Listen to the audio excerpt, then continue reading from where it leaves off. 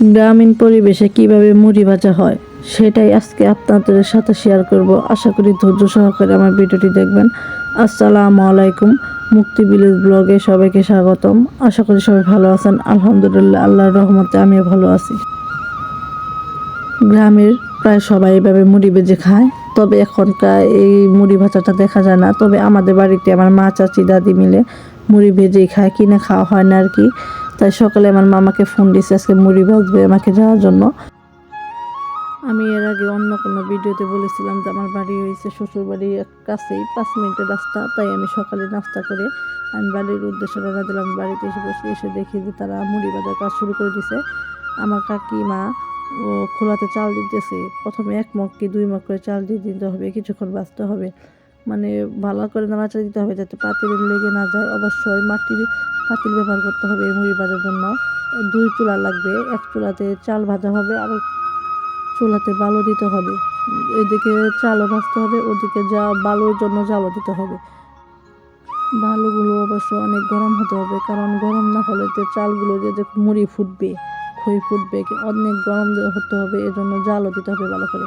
আর চালগুলো কিছুক্ষণ ভাজা হয়ে গেলে লবণ দিতে হবে। যে পরিমাণে লবণ দিলে আর কি লবণ হবে সেটা অনুমান করে লবণ দিতে হবে। 1-2 চামচ এভাবে লবণগুলো গুলে নিয়ে লবণ দিতে হবে।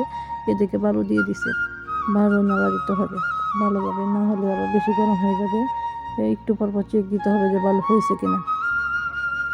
আমার চাচি হাত লেগে গেছে, এগুলো নাড়াচাড়া করতে হাতে অনেক ব্যথা করে।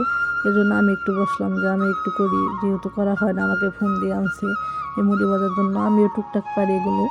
এর জন্য আমি একটু ভাজতে বসে গেলাম। চালগুলো ভাজতেছি, তবে হাত লেগে যাইতেছে, অনেক কষ্ট। সারাক্ষণ মনে করেন যতক্ষণ ভাজবেন শুধু নাড়াচাড়া দিতে হবে, তো এর জন্য হাতে ব্যথাও করে।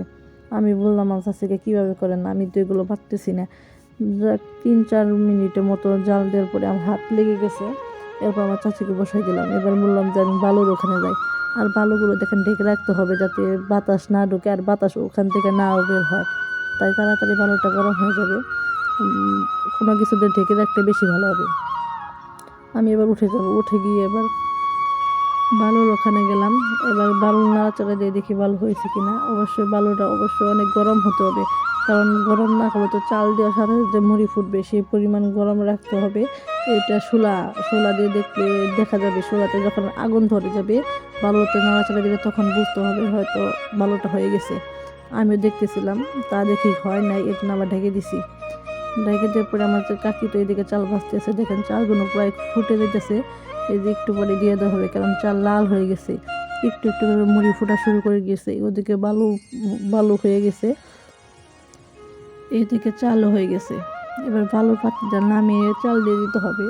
এইটুকু হয়েছে কষ্টের কাজ, অনেক সাবধানে করতে হবে, কারণ এগুলোতে অনেক গরম থাকে। বালু পড়ে গেলেও হাত পুড়ে যায়, মুড়ি পড়লেও হাত পুড়ে যাবে। সেজন্য অনেক সাবধানে কাজটা করতে হবে। আমি যেহেতু পারি না, তারপরে একটু করার জন্য চেষ্টা করি, যদি পারি। গ্রামের ঐতিহ্য এটা, এগুলো যদি না পারি তা কী করে হয়। আমার চাচিমা মানে নাড়া দিবে, আমার মা পাতিল ঘোরাইতেছে, আমি এই ঘোরা নিতে পারি না। বেশ কিছুক্ষণ ঘোরানোর পরে যখন মুড়ি ফুটে যাবে তখন ঢেলে দিতে হবে। আর ভালো করে নাড়াচাড়া দিতে হবে যাতে বালুগুলো পড়ে যায় নিচে, কারণ বালুগুলো থেকে গেলে তো মুড়ি পুড়ে যাবে। এজন্য ভালো করে নাড়াচাড়া দিতে হবে, অনেক জোরে জোরে নাড়াতে হবে যাতে বালুগুলো পুড়ে যায় আর মুড়িগুলো পুড়ে না যায়। ঢাকনা দিয়ে এখন রেখে দিতে হবে। এভাবে মুড়ি ভাজতে হয়। এগুলো হচ্ছে গ্রামের ঐতিহ্যবাহী খাবার, আর এগুলো হয়তো আপনারা জানেন না, এর জন্য আমি এগুলো শেয়ার করলাম। ভালো লাগে অবশ্যই লাইক কমেন্ট শেয়ার করে দিবেন। পাশে থাকার জন্য অনেক ধন্যবাদ। দেখা হবে হচ্ছে এই পর্যন্ত। সবাই ভালো থাকবেন, সুস্থ থাকবেন। আল্লাহ হাফিজ।